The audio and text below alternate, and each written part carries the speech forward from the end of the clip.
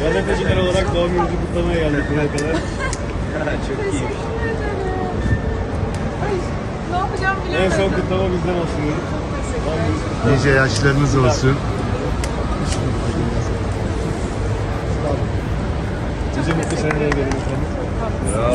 Vallahi çok güzel bir şey. Herkese merhaba arkadaşlar, kanalımıza hoş geldiniz.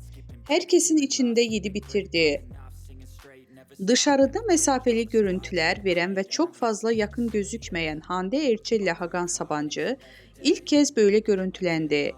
Birlikte yurt dışından çıkan ünlü çift, Hakan Sabancı'nın herkesin içinde sevgilisine olan yakınlığı hayranları tarafından görüntülendi.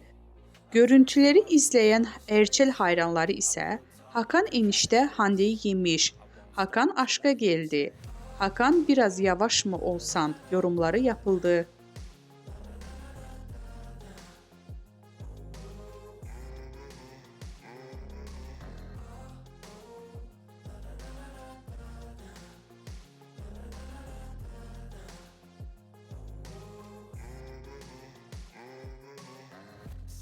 AM and I'm up again. I got tired eyes, need a cup of black.